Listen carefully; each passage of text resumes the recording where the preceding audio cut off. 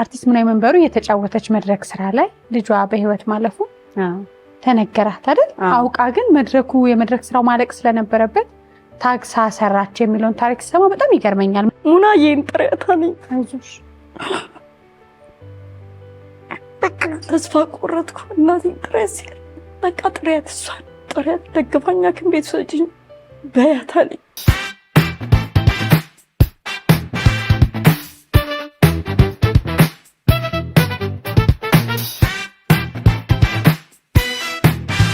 መቅዲሾ በአባይ ቴሌቪዥን ተጀምሯል። እንግዲህ በድሮ ከምናውቃቸው ጥበበኞች መካከል አርቲስት ሙናዬ መንበሩን አንዘነጋትም። ለጥበብ ስራዎቿ በጣም ብዙ ዋጋ የከፈለች ናት። በህይወት ካጣናት እንግዲህ ብዙ ዓመታት ተቆጥረዋል። ግን ዛሬ ደግሞ በጥበብ የምናውቃቸው በተለይ በህይወት የሌሉ የጥበብ ሰዎች ልጆቻቸው የት ናቸው ብለን ብዙዎቻችን እንጠይቃለን። መጠየቅም አለብን ብዬ አስባለሁኝ። የአርቲስት ሙናዬ መንበሩ ልጅ ናት። በራሷም ብዙ የጥበብ ስራ ውስጥ ነው ያለችው። የተለያዩ የቲያትር ስራዎችን፣ የመድረክ ስራዎችን እንዲሁም ደግሞ የፊልም ስራዎችን ትሰራለች። እንግዳ አድርጌያታለሁ። አርቲስት ሀረገወይን በቀለን እዚህ ጋር ብዣታለሁ። እንኳን ደህና መጣሽ። እንኳን ደህና ቆየሽ። እንዴት ነሽ? ደህና ነኝ መቅዲዬ። ሁሉ ሰላም? ሁሉ ሰላም። ስንተኛ ልጅ ነሽ የአርቲስት ሙናዬ መንበሩ ማለት? የሶስተኛ ልጇ ነኝ።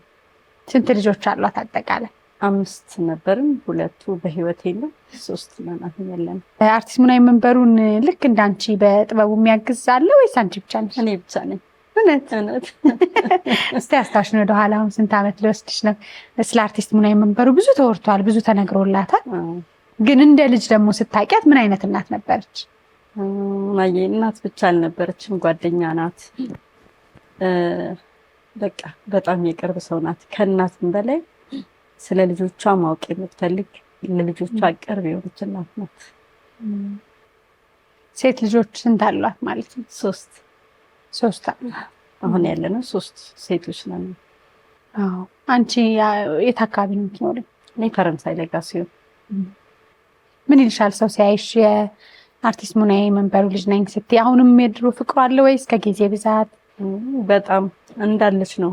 ማንም ሰው እንደዚህ እዚህ ያለ ዓመት ሆኗታል ስንል የሚያምነን ሰው የለም። ኦልሞስት 22 ዓመት ሆኗታል። አዎ ካለፈች ግን ዛሬ ትላንት ነው የሚመስለው እና እስካሁን ድረስ በሰዎች ልብ ውስጥ ናት ያለችው። እንደውም አስታውሳለሁ ልጇን እንግዲህ አንዲት እናት ልጇን ምን ያህል እንደምትወድ እንደምትሳሳ ይታወቃልና አርቲስት ሙናዬ መንበሩ የተጫወተች መድረክ ስራ ላይ ልጇ በህይወት ማለፉ ተነገራት አይደል? አውቃ ግን የመድረክ ስራው ማለቅ ስለነበረበት ታግሳ ሰራች የሚለውን ታሪክ ሰማ በጣም ይገርመኛል። ምን ያህል ለሚወዱት ለሚያከብሩት ስራ የከፈሉት ዋጋ ንገሪን እስቲ። ስንተኛ ልጅ ነበረ? የመጀመሪያ ልጇ ነበረች እና የዓመት ከ4 ወር ልጇ ናት። ቤት ውስጥ ያው እናት የምታደርገውን አጥብታ ምን ብላ ነው የሄደችውና በአጋጣሚ ምቀኛው እድሌ አደረገኝ ሎሌ የሚል ቲያትር እየሰራች መድረክ ላይ ቤታችን ደጃችሁ ቤት ሰፈር ነበር ድሮ እና የአባታችን ታናሽ ወንድም ሂድ ጥራት ይባልና በቃ የሮጣ ሀገር ፍቅር ይሄዳል። ሀገር ፍቅር ሲደርስ ልክ እሷ ልብሷን ልትቀይር ከመድረክ ጀርባ ስትወጣ ያገኛታል። ሙናዬ ነይ ልጅሽ ሞታለች ነይ ያላት ቀጥታ ማለት ነው። ሲላት ልጅ ነው እሱ በጣም ልጅ ስለነበረ ነይ ልጅሽ ሞታለች ይላታል። እንዴ ይሄ ምንድነው የሚለው ይተራ አባሩልኝ ምናምን ትላለች። ከዛ አጋጣሚ ሆኖ እነ ጭራ ቀረሽ ነበሩ ያሰለፈቻቸው ነበሩ። ከዛ በኋላ ይጠሩትና እሷ ተመልሳ ስለምትገባ ተመልሳ ትገባለች ወደ መድረኩ። እሺ ገባ እየሰራች አሁን ልቧ እየተጨነቀ ግን በቃ መስራት ግዴታ። ህዝቡ ገብቷል። በጣም አዳራሹ ሞልቶ ተርፎ ህዝቡ ሁሉ የተመለሰበት ስራ ነው። ስለዚህ ህዝቡ እኛን አክብሮ መጥቶ እንዴት ነው እኔ ይህ ሁሉ ህዝብ አስቀምጬ ወደ ቤት የሚሄደው ትልና ወደ መድረክ ተመልሳ ትገባለች። ከዛ በኋላ ግን አላመነች፣ ውስጧ እምነት የለም። ምክንያቱም ልጇን ደህና ጥላት ነው ሄደችው። ከዛ በኋላ እንደገና ሰርታ ስትመለስ ያሰለፈች ሙናዬ ልጅቷ ደክማለች ነው የሚለው፣ እባክሽን እንደው ብታያት ይሻላል ትላታለች። ከዛ አይ እኔ ሁሉማ ህዝብ አክብሮን የመጣ ህዝብ እኔ አፍስሼ የትም አልሄድም። ልጄ በህይወት ካለች እሰየው፣ ከሌለች ነፍስ አልዘራላትም እኔ። ምክንያቱም እዚህ ጋር የገባው ህዝብ እኛን አክብሮ ነው የመጣው። እኔ ለልጄ ህይወት መስራት አልችልም። ስለዚህ የሚለውን እናንተ አዳምጡት። ከዛ በኋላ ስራዬን ስጨርስ እሄዳለሁ።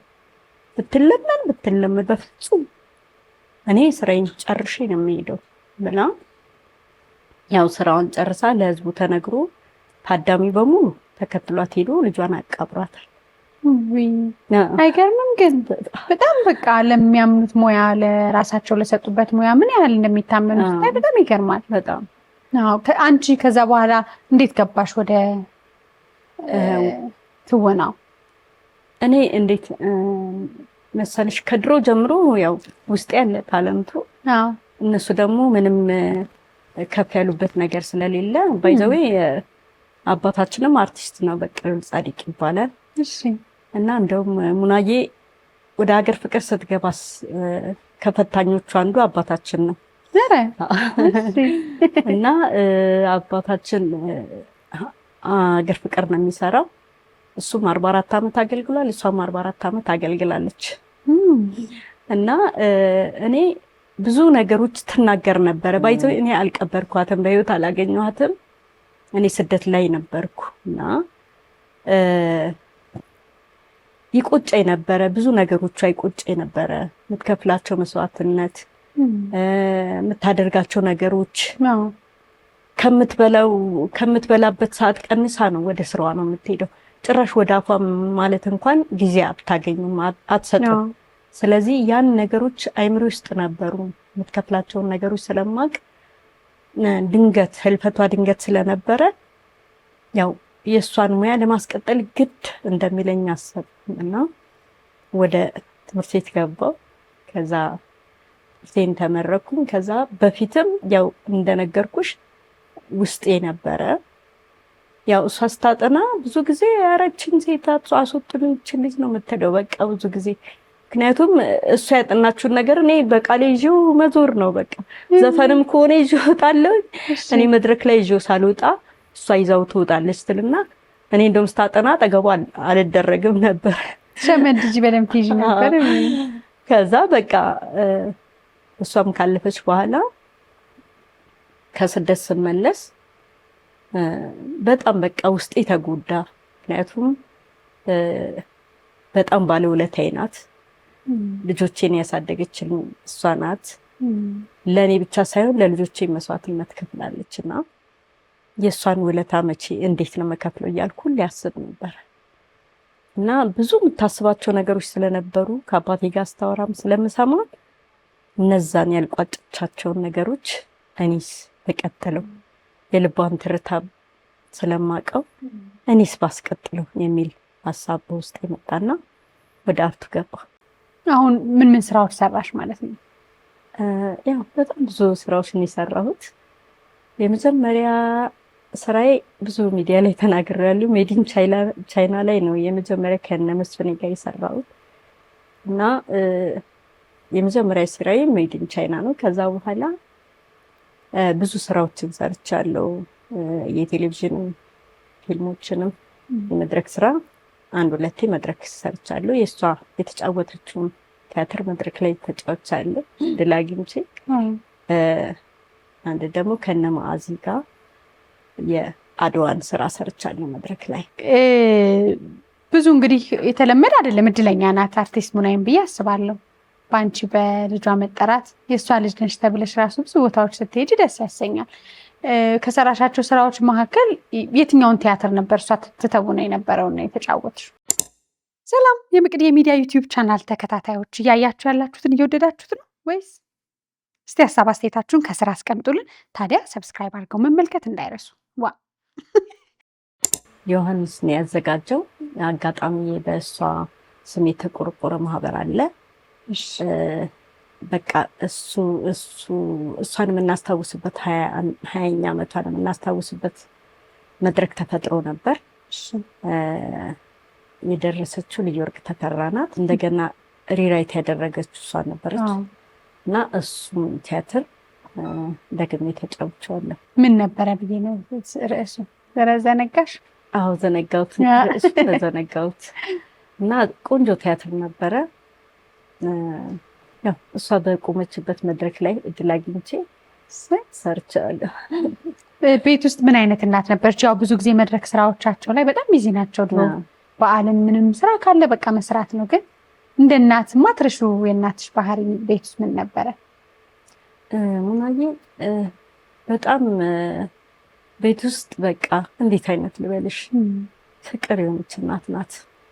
በጣም አባታችንን የምታከብር ፍጹም ታዛዥ፣ እኛ የምንቆጣት እናታችን በቃ እና እንደዚህ አይደለም ሙናዬ እንደዚህ በቃ እሷ ደግሞ ስትቆጣሽ ብለን በጣም በቃ ሩህሩህ እናት ናት። ለሰው አዛኝ ናት። እንኳን ለኛ ለአካባቢው ሰው በሙሉ ጥሩ ደግ እናት ነበረች። አካባቢያችን እንደውም ሰው ቤተሰብ ከቤተሰብ ሲጣላ አንድ ሁለት ቀን አሳድራ ልጆችን ከቤተሰብ ጋር እንደገና መልሳ የምታስታርቅበት ጊዜ ነበረና በጣም ደግና ጥሩ እናት ነበረች ሙናዬ። የመጨረሻ ህልፈቷ ጊዜ በምን ነበረ? በህመም ነው? ዘነጋሁት ወደኋላ ረጅም ስለሆነ። የሞተችበት ምክንያት የምግብ መመረዝ ነው። ድንገት ነው የሞተችው። የታመመችው 3 ቀን ብቻ ነው እና ያችን 3 ቀን እንደውም የቀለጠው መንደር ማስታወቂያ ተነግሮ ምናምን ስለነበረ እሰራለሁ ተነስቼ፣ እኔ በእርግጥ አልነበርኩም ከሰማሁት አንጻር ነው። እኔ እድል አግኝቼ አልቀበርኳትም፣ እንደነገርኩሽ ስደት ላይ ነበርኩኝና እሰራለሁ ብላ ተነስታ ሁላ ነበረ። በጣም ድካም ላይ ነበረች። ግን ማስታወቂያ ተነግሯል፣ ስለዚህ መሄድ አለብኝ ብላ ቤት ሁሉ ጸብ ተፈጥሮ ነበረ እንደዛ እንደሰማሁት። ከዛ በኋላ አሸንፈዋት ነው ያስቀሯት። ምን አለበት እንደ በላይነሽ ባንተ መድረክ ላይ ባልፍ ነው ያለችው። እና በጣም ያላት ፍቅር ለአርቱ የነበራት ፍቅር እስከ ህልፈቷ ድረስ ነው። በዛ ላይ ደግሞ 2 ልጆቿ ሲያልፉ አንዱ ልጇም እንደዚሁ በድንገት ሊሞተባት በጥይት ተመቶ ነው የሞተው። ትምህርት ቤት ግርግር ነበርና በዛ አጋጣሚ ይሞታል። እሷ ደግሞ የሆነ ለቅሶ ደርሳ ስትመለስ ነው የእሱን ህልፈት የሰማችው። መንገድ ላይ ነው የሰማችው። በጥይት ተመቶ ወደ ሆስፒታል እንደሄደና እኛ እየሮጥን ስንሄድ እነዚህ ልጆች ምን ሆነው ነው የሚሮጡት ምናምን ስትል ወንድማቸው በጥይት ተመቶ ይሏታል። ተከትላ ትሮጣለች።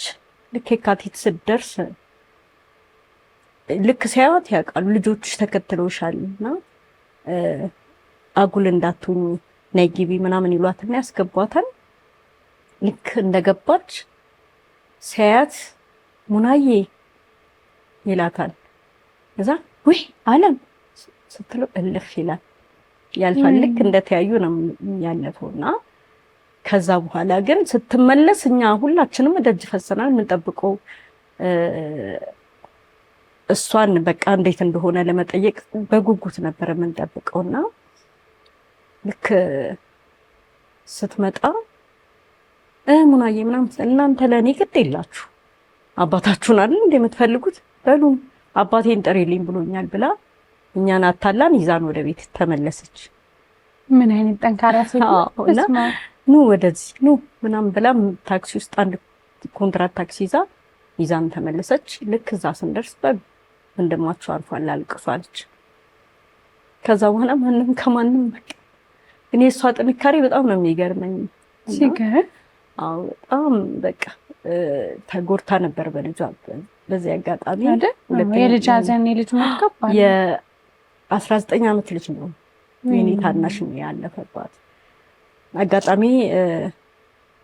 ከቤት ስትወጣ ሁሌ ሸኛት እሱ ነው ምናምን እንዳትወጣ ከቤት 5 ቀን ሆኖታል ትምህርት ቤቱ ከተረበሸ እና እንዳትወጣ ከቤት ምናምን ተብሎ ነበርና አጋጣሚ በጣም የጥይት ድምጽ ምናምን ሲሰማ ቤታችን ቅርብ ነው ለትምህርት ቤቱና ቆይ እስቲ ጓደኞችስ ምናምን ብሎ አረ 2 ልጆች ሞተዋል ምናምን ሲባል በአጋጣሚ ብድግ ብሎ ፈረስቱ ከቤት ወጥቶ ይሄዳል። ልክ እንደደረሰ ነው የተመታው በጥይት ነው። ከዛ በኋላ አለፈ። ይህን መከራ አይታ ከዛ በኋላ ደግሞ በሶስተኛው ቀን የጠለቀች ጀንበር የሚል ቲያትር ነበረ። ማስታወቂያው ተነግሯል። ምንም ማድረግ አትችልም። ተነስታ ሄዳ ሰርታለች። እና የልጅ ሀዘን ተደራረባት። ከዛ በኋላ ነው ትንሿም ልጇ ያረፈችው ማለት ነው? አይ ከዛ በፊት ነው። የመጀመሪያ ልጇ ናት። የመጀመሪያ ልጇ ናት። ከዛ በኋላ ደግሞ እሷ ካለፈች በኋላ ታላቅ ወንድማችን በጣም በሚያሳዝን ሁኔታ የእሷ እና የእሱ ግንኙነት በጣም ከባድ ነበረ። እንደ ጓደኛ በጣም ብዙ ሰው ነው ያሳዘነው። የእሷ ህልፈት እሱን ጨርቁን እስከ መጣል ድረስ ነው። በእውነት በጣም ታሙብን። በጣም በቃ በር ዘግቶ ያዋራት ነበር ብልሽ በጣም በቃ በሚያሳዝን ሁኔታ አይምሮም ሳተ። ማመን አቃተው፣ መቀበል አቃተው። በጣም ተንገላቶ የተማረ ነው። በጣም ብዙ መስዋዕትነት የከፈለ ነው። ግን በእሷ ህልፈት ስላልቻለ ብቻ አይምሮ በቃ ብቻውን እየተነጋገረ ምናምን በቃ ዝናብ ቢዘንብ ፀሐይ ቢሆን በቃ በእግሩ ምንም የትም አቃቂ ደርሶ በእግሩ ይመለሳል። ምንም ነገር እንትን የለም። ስንተኛ ልጇ ነው ማለት? የመጀመሪያ ልጇ። ከእሷ ጋር በነበረው ነገር አይምሮ ተነካ። ስራ መስራት አልቻለም። ከዛ በኋላ በሚያሳዝን ሁኔታ ነው ያለፈው። እሱ ለእኔ በጣም ከባድ ስቃይ ነበረ የእሱ ህልፈት ማለት ከማለፉ በፊት እሷ እንኳን አልነበረች እስከምን ድረስ ነው። ታመመ፣ ጸበል ይዤው ሄድኩኝ። ያው እህቶቼም ረድተውኛል። ግን ጸበል ይዤው ገባሁኝ። ከዛ አጋጣሚ ሆነና ከጸበል እንጦጦ ነበር ይዤ የገባሁት። ይዤው መለሳለሁ ለፋሲካ በዓል ከኛ እንዳይለይ ብዬ ይዤው ተመለስኩኝ። ከሱ ተቀብዬ ቤቱን ማስተዳድረው እኔ ነበርኩኝ እና ከሷ ህልፈት ጋር በተያያዘ ስለሆነ በጣም ነበር ውስጤን የሚያመኝና እሱን እያስታመምኩ እያለው አጋጣሚ በዓልን ከኛ ጋር እንዲያሳልፍ ከኛ ጋር ይዤው መለሳለሁ ከንጦጦ። ከዛ ይዤው መጣና ምን ይሆናል ሳምዬ ደስ እንዲለው ብዬ ሳምዬ ጫማ ልግዛልህ ምናምን አልኩት። እዛ ደስ ይለኛል ምናምን አለኝ። አብረን ጫማ ልገዛ። ትንሽ ግን ጸበል ሲጠመቅ ልቡ መለስ ብሎ ነበር። ትንሽ ያውቃል እኮ ብዙ ነገር ያውቃል፣ ግን የሚወስደው ነገር አለ፣ ይሰርቀዋል። ከዛ እሺ ደስ ይለኛል ምናምን አለኝ። ጫማውን ገዛውለት። በዛች ጫማ ሰበብ ይልጠውና እግሩ ወደ ጋንግሪን ይቀይራል። ከዛ እግሩ ይቆረጣል። ወይ ስማ እግሩ ይቆረጣል። ከዛ በኋላ ኦልሞስት ከመቆረጡ በፊት በቤት ውስጥ 2 ዓመት አስታምሜዋለሁ። ሆስፒታል እምቢ ብሎ ፈርሞ ወጣ አልቆረጥም ብሎ። እዛ እያስታመምኩት እያለ እንደ ነጠላ ጫማ ከዚች ጋር እግሩ ቁርጥ ብላ ወደቀች ቤት ውስጥ። እውነትሽን ነው? በእውነት አይምሮ ስለታመመ ብቻ በጨርቅና በፌስታል ጠቅሎ እግሩን ተንተራሰው። ከዛ አስለመንኩት፣ አልሰጥም አለኝ። በስመ አብ ወመንፈስ ቅዱስ። እና በጣም በሚያሳዝን ሁኔታ ትል እያፈራ ተሰቃይ። በጣም ግን ህመሙን አይነግርሽም። እንኳን አይደለም እንዳታግሽ በቃ። ከዛ ስቃይ በኋላ ከ2 ዓመት በኋላ ጤና ጣቢያ መለከትኩኝና በቃ ደም ስጠን ምናምን አሉት። መተው ከጤና ጣቢያ ተባብረውኝ ማለት ነው። እነሱም ማደንዘዣ ወቅቶት ወደ እንትን ሊወስዱት አማኑኤል እንዲተኝ በቃ ጤነኛ ቢሆን እግሩን አይንተራስም ብላ በቃ እኛም አመነ።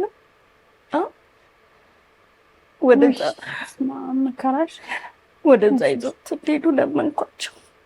ከዛ ተባበሩ። እሱ በፍጹም በቃ በፍጹም እንትን አልልም አለ። አልሄድም አለ ሆስፒታል። እሷ ናት ስኳር ህመምተኛ፣ እሷ ናት፣ እሷን ሰዷት ምናምን አለ። አልሄድም አለ። ከዛ መጨረሻ ላይ አስታውሳለሁ በልጅነቱ ፖሊስ እንደሚፈራ ቃለሁና ነገርኳቸው ለነርሶቹ።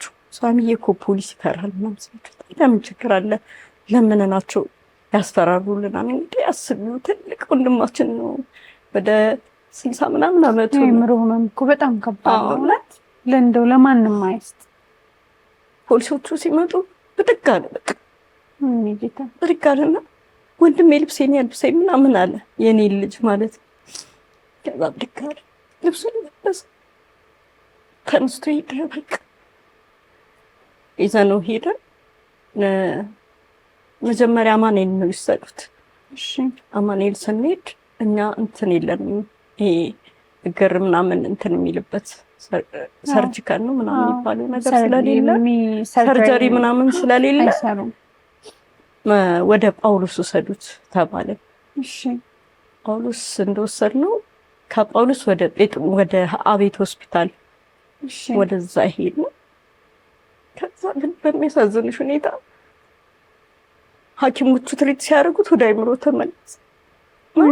ምንም የማይመስለው እግሩ ከበደኛል እና ለመንኩት። በቃ ሳምዬ እኔ እኮ ተሰቃየሁ እባክህ ቆረጥ ምን ይሰራል አልኩት። ከዛ ካልሽሽ በቃ እኔም እየከበደኝ ነው። ተቆረጠ። የሚገርምሽ ወደ አእምሮ ተመልሶ ምን ብሎ 5 አመት በክራንች እየተረዳ በቆሞ መሄድ አርተፊሻል ተሰራለት። ቆሞ መሄድ ጀመረ። ልቡ ተመለሰ። በቃ በጣም ይገርምሻል። ያስብልኛል፣ ደውላል 10 ስራ የት ነሽ በቃ ምናምን ይለኛል፣ ያስብልኛል። ከዛ ባላሰብኩት ቀን አይዞሽ ማታ አይዞሽ እራት ምናምን አዘጋጅቼ ቡና አፍልቼ ጠራዋለሁ። እሺ ከዛ የዛን ቀን ለቤት የምትረዳኛለች ሂጂ ጥሪው አልኳት። ከዛ ጠራው አይሰማም። አንቺ ጋር ነበረ? አዎ ከኔ አንድ ግቢ ውስጥ ነው ሙናዬ ቤት ውስጥ ነበር የምንኖረው። ከዛ ኧረ ይሄ ልጅ አንድ ነገር ሆኖ እንዳይሆን ምናምን ብዬ ሮጬ ስገባ አረፋ ደፍኩ። ምን ተነስቶ ሊመጣ አስቦ አልቻለም ይመስለኛል። አርተፊሻል እግሩን አጠገቡ አድርጎ ተኝቷል። አረፋ ደፍኩ።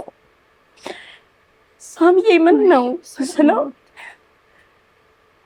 አይ ሆዴን አመመኝ አለኝ። በቃ ሙናዬን ጥሪያት አለኝ።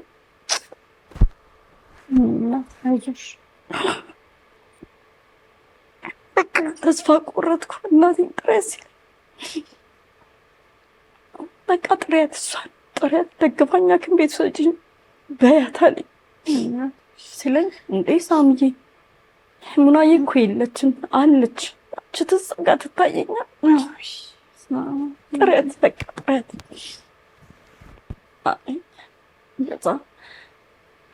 እሺ በቃ ምናምን አልኩኝ። በጣም ደንግጫለሁ። ጎረቤት ደረሰልኝ። ያ ሁሉ መከራ አልፎ ልክ የሚገርምሽ ኮቪድ የገባ ሰሞን ያለፈው ገና ኮቪድ ገባ ምናምን ሲባል እኔ ሳምዬ ከወጣ አንተ የለም በቃ ፒያሳ ሀገር ፍቅር ሄዳል፣ ፒያሳም ነው ጓደኞቹ ጋር ይሄዳል ምናምን ይሄዳልና ሳምዬ አትውጣ በቃ ምክንያቱም አንተ የሆነ ነገር ነክተህ ከመጣ እኔ ነኝ ስኳር በሽተኛ ሞትብሃል፣ የሚያስታምመ የለም ቀብሮ የሚሆን የለም አለሽ አንቺ ስኳር? አዎ እና እዛ ስለው እሺ በቃ አንቺ ካልሽ ምናምን አለኝና ቤት ቀረብ ማለት ነው። እዛ ያ ጭንቀት ይመስለኛል። ምክንያቱም የዓለም ዜናዎች ሲነገር እዚህ ሀገር እኮ እንደዚህ ሆነ፣ እንደዚህ ይሄን ያህል ሰው ሞተ ምናምን፣ ሀገራችን ደግሞ ይሄን ያህል ሰው ሞተ፣ ይሄን ያህል ደረሰ እያለ ሁሌ በቃ እንደ ዘገባ አይነት ነገር ያወራኛል እና ያ መንፈሱን ያስጨነቀው ይመስለኛል። እዛው ሆስፒታል ይዘነው ስንል ፓራላይዝድ ሆኗል። እኛ አላወቅንም። ምንም ሰንፏል ሰውነቱ። ከዛ በቃ ምንድን ነው እሱ ደግሞ የሚያመጣው? በቃ ያ የእንትኑ የጋንግሪኑ የቆይቶ አይደለም ወደ ውስጥ ወደ ልብ የሚነካው ያ ይመስለኛልና ከዛ ሆስፒታል ተሯሩጠን ወሰድነው። አንድ ቀን አደረ፣ ሁለተኛ ቀን ያው ስቃዩ መከራ አልፎ በአንድ ቀን ነው ካለፈች በጣም የሚቆጨኝ። ሻረጊ ስቃይሽ እንደ አንዳንድ ጊዜ ብዙ መከራ ሰው ያሳልፋል፣ ግን አይዞሽ ይሱ ይለያል። በጣም ደግ ነበር በጣም በቃ እዛ አጋጣሚ ያጣሁት። ግን ሁሉም ነገር ደስ የሚል የእሷን ሸክም መሸከሜ እናቴን ሸክም ተሸክሜ እግዚአብሔር ይመስገን አሁን ሁለት እህቶች አሉ። እነሱም የራሳቸውን ትዳር ይዘዋል፣ እኔም እኖራለሁ። አንቺ አሁን ትዳር አለሽ ወይስ ልጆች ብቻ ነው ያሉሽ? በአጋጣሚ ባለቤቴ በኮቪድ አለፈ። 2 ልጆች አሉኝ። እግዚአብሔር ይመስገን። አይዞሽ። አሁን ምን እየሰራሽ ነው አንቺ? እኔ በትወና ዓለም ውስጥ ነው ያለሁት።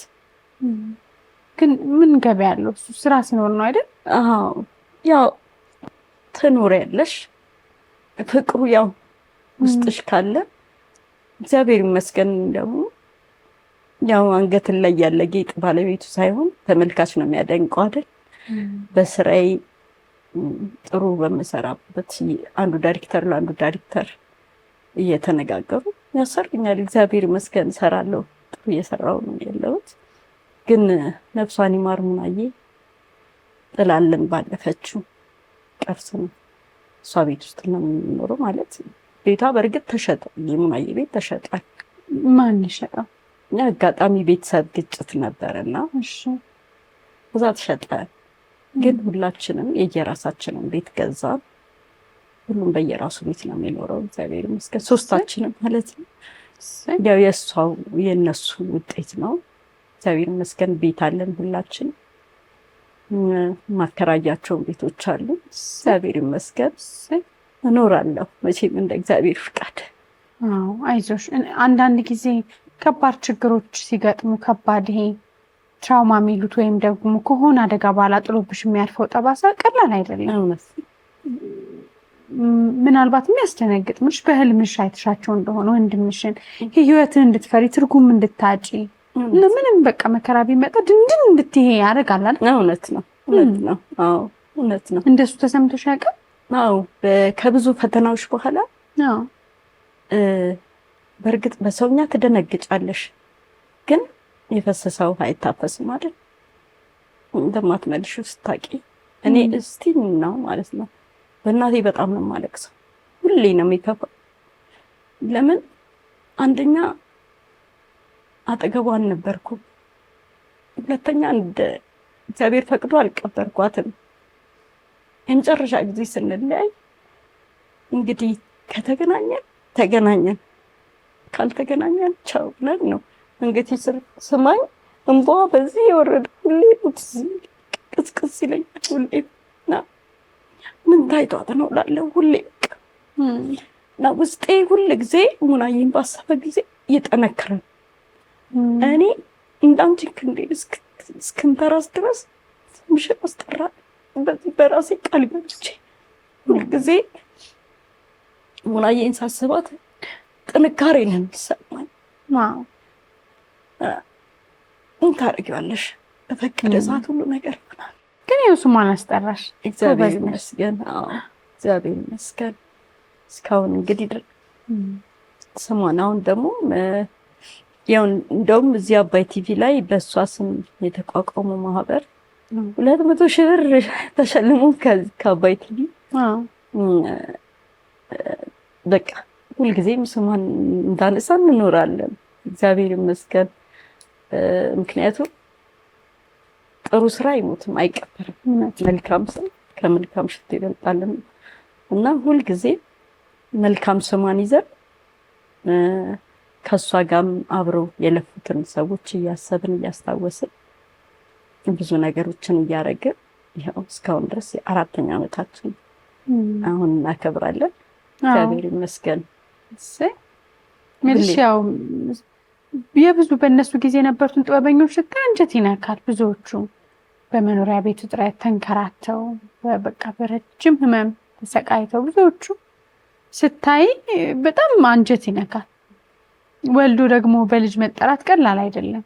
ባለችበት ነፍሷን ይማርን። አሁን ስንት ልጆች አሉሽ አንቺ? እኔ 2 ልጆች አሉኝ። 4 የልጅ ልጆች አሉኝ። በእውነት ዘራችሁ በስቷል። አትመሲም ግን አርቲስት አያረጅ የሚለው ወዳጅ ላመጣ ነው። እኔ ጋር ሚስይ ደስ ይላል። እግዚአብሔር ይመስገን። አሁን ታዲያ ራስሽ የሶሻል ሚዲያ አካውንት አለሽ? በምን እንጠብቅ ቀጣይ ስራዎችን? አንቺ የምታስቢው ነገር ምንድን ነው በቀጣይ? ሰላም ውድ ወዳጆቼ፣ የመቅዲ ሚዲያ ዩቲዩብ ቻናል ተከታታዮች ሰብስክራይብ አድርጋችሁ ማየትን አልዘነጋችሁም። እንዴት ነበር ፕሮግራሙ? ታዲያ የመቅዲ ሚዲያ ዩቲዩብ ቻናልን ሰብስክራይብ፣ ላይክ እና ሼር በማድረግ ቤተሰብ ይሁኑ። አሁን በቀጣይ አሁን የእሷን ሙዚቃ ደግሜ ሰርቻለሁ። ምን የሚለው የሰርግ ዘፈን አላት እና እሱን ደግሜ ሰርቻለሁ። ኦዲዮ ተሰርቷል።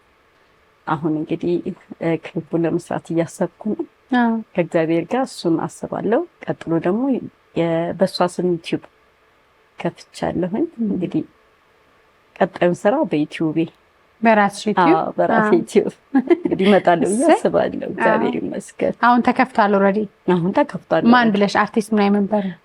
ሀረገወይን በቀለ የአርቲስት ሙናዬ መንበሩ ልጅ ብዬ ከፍቻለሁ። እግዚአብሔር ይመስገን። ሚስይ ሀረገ በርቺ። በጣም የሚያሳዝን የሚሆነ ፊልም የሚመስል ታሪክ ነውና የራሳችሁንም የቤትሽን ታሪክ አውጥተሽ ብትናገሪው ብዙ እውነት ያለውና ህይወት ያለው ነገር ነው። አይምሮ ህመም በጣም ከባድ። ከዛ እናትሽ ልጅን ያህል 2 ጊዜ 3 ጊዜ ቀብራ ሙያዋን አስከብራ ስትኖር ይሄ ራሱ ፊልም ይሆናል እና እንደ ህይወት ታሪክ እንደ ግለ ታሪክና ጥሩ ድርሰት ተደርሶ ቢሰራ ከመቃብር በላይ ይሆናል ብዬ አስባለሁ። ያስብሽ ይመስለኛል። በጣም ብዙ ታሪክ አለኛ ቤት። ለምሳሌ ምን አለ መሰለሽ፣ አባታችን በጣሊያን ጊዜ የካቲት 12 ማለት ነው ጣሊያን በር እየዘጋ እያቃጠለ እናቱ ልጆቿን ይዛ ስትሸሽ እሱም በዝላ አዝላ የ8 ዓመት ልጅ በእጇ ይዛ እየሮጠች በጥይት ትመታለች። እናት ወድቃለች። ስትወድቅ ያቺ የ8 ዓመት ልጅ ደግሞ እማዬ እያለች እየጮኸች እናቷን ስትል እሷንም ይገሏታል። አባቴ የ2 ዓመት ልጅ ነበር እና ከዝል ወርዶ ጡት እየጠባ በ3ኛው ቀን አስክሬን ላይ ተገኘ። እና የአባታችንም ትልቅ ታሪክ አለ። እናንተ በቃ ፊልም ታሪክ ነው። ከዛ በኋላ እኛን አፍርቶ ስማቸውን ለማስጠራት በቃ በጣም ብዙ ታሪክ ጠብቃለሁ። እውነት አሁን የጊዜ ሁኔታም ያዘንና ሰብሰብ ባረግ ነው እንጂ ፊልም የሚመስል ታሪክ ወይ አንቺም ተርከሽው ወይ ተዋናዮች ጨምረሽበት በዩቲዩብ ቻናል በማህበሩ የሚሆን ብቻ ቆንጆ ነገር ሰርተሽ እንድታሳይን አደራ ነው። ግድ ይለኛል። በጣም አመሰግንሻለሁ ሀረጌ። ብርቱ ነሽ። ከዛ ስም እንግዲህ ትልቋን ጥበበኛ አርቲስት ሙናዬ መንበሩን በአባትሽንም እንደዚሁ እያስጠራሽ ነው። ልጆቻችሁም እንግዲህ አያቴ ነበረች እኮ እያሉ የሚጠሩት ስም ትታችኋልና በጣም በርቺ። ከዚህ በላይ ደግሞ ብዙ የልጅ ልጅ ይበቅ። አሜን። የልጅ ምርቃት አይገኝም። አሜን። በጣም እንዴ ማመስገን የምትፈልጊው ካለ ማጠቃለል የምትፈልጊው ካለ እድል ይስጥሽ። በመጀመሪያ ድንግል ከነ ልጇ ክብር ምስጋና ይድረሳት። ለዚህ ያበቃኝ እግዚአብሔር ክብሩን ይውሰድ። በመቀጠል ግን በጣም የሚወዳት የእናቴ ምትክ ታላቅ እህቴን በጣም ነው የማመሰግናት። ወደ አርቱ እንድገፋበት እሷና ባለቤቷ ሙልጌታ ማሙሸት እጅግ በጣም አድርገው ትራንስፖርት ሳጣ ትራንስፖርት እየሰጡኝ በቃ የሚያስፈልገኝን ነገር ልብስ ያስፈልገኛል ስል ልብስ እየገዙልኝ ብዙ ነገር እያደረጉኝ የደገፉኝ ሙልጌታ ማሙሸትና ሃይማኖት በቀለን በጣም ታላቂ በጣም አመሰግናለሁ። ታናሿም እንደ ታናሽ ሳይሆን እንደ ታላቅ እሷን የምትመስል እህት አለች። አንቺም በጣም ትመስያለሽ። እሷ ደግሞ ትበልጣለች። ሙናዬን ራሷን ቁጭ በቃ በአካል እና እሷ ደግሞ እንዳይከፋኝ ብቸኝነት እንዳይሰማኝ ያው ባለቤቴም በሞተ ጊዜ ከጎኔ ሳይለዩ እጅግ በጣም አጽናንተውኝ ደግፈውኝ እህቶቼ በጣም ነው የምወዳቸው ማከብራቸው በጣም ማመሰግናቸው። የቀጠል ልጆቼ ድጋፎቼ ናቸው። ፍሬዘር በቀለ፣ ህይወት ግርማ፣ ሰላማዊት ይልማ፣ ሶስቱም በጣም የምወዳቸው ልጆቼ፣ አንድ ቀን ከጎኔ ሳይለዩ ሁሌ የሚደግፉኝ በጣም የምወዳቸው ልጆቼን አመሰግናቸዋለሁ። በተረፈ አርቲስት ልየወርቅ ተፈራ ከምንም በላይ እኔ ያመመኝን ጎኔ ሊደገፈችኝ ያከመችኝ በእናቴ ስም ማህበር መስርታ እናቴ ሁሌ እንድትወሳ አልሞተችም እያለች ሁሌ እንድትወሳ ያደረገችው በጣም የምወዳት እናቴም እህቴም ጓደኛዬም አርቲስት ልየወርቅ ተፈራ። በተረፈ በሙናዬ ስም ያሉ ጓደኞቼ፣ ማህበርተኞቼ በሙናዬ ስም ያሉትን በሙሉ የኢትዮጵያን ሕዝብ በሙሉ አመሰግናለሁ። ምክንያቱም ሙናዬ መቃብሯ በኢትዮጵያ ሕዝብ ልብ ውስጥ ስለሆነ በጣም ነው የማመሰግነው። አንቺን በጣም አመሰግንሻለሁ። እሺ ያረግ እኔም በጣም አመሰግናለሁ መተሽ ታሪክሽን። አሁን ያንቺን ታሪክ ሲሰሙ ወደኋላ ምናዝንበት ምናለቅስበት ታሪክ ምን ያህል እንደሚያጠነክረን እንደሚያበረታን፣ ሰው ቆሞ ሲሄድ ሁሉ ነገሩ ተሸፍኖ ቆሞ ሲሄድ ብዙ ገበና አለውና ከባድ የሚመስለው ሸክማቸው በአንቺ አይን የራሴንም ሳየው ምን ያህል ሰው ብርቱ እንደሆነ በጭር ደቂቃም ቢሆን አስተምረሽናልና በርቺ። አመሰግናለሁ። እኔም አመሰግናለሁ። እሺ በጣም አመሰግንሻለሁ ሀረግዬ። እያያችሁ ያላችሁት ከአርቲስት ሙናዬ መንበሩ ልጅ ጋር በጣም ደስ የሚል ታሪክና ወግ አድርገናል። ብዙ መዝናኛ ዝግጅቶች ይቀጥላሉ። አባይ ቴሌቪዥንን እንግዲህ መቅዲሾን ተመልክታችሁ ደግሞ ባመቻችሁ ጊዜ ፕሮግራሙን ለማየት ለመድገም መቅዲዬ ሚዲያን ዩቲዩብ ቻናል ሰብስክራይብ አድርጉ። እንቀጥላለን። መልካም ጊዜ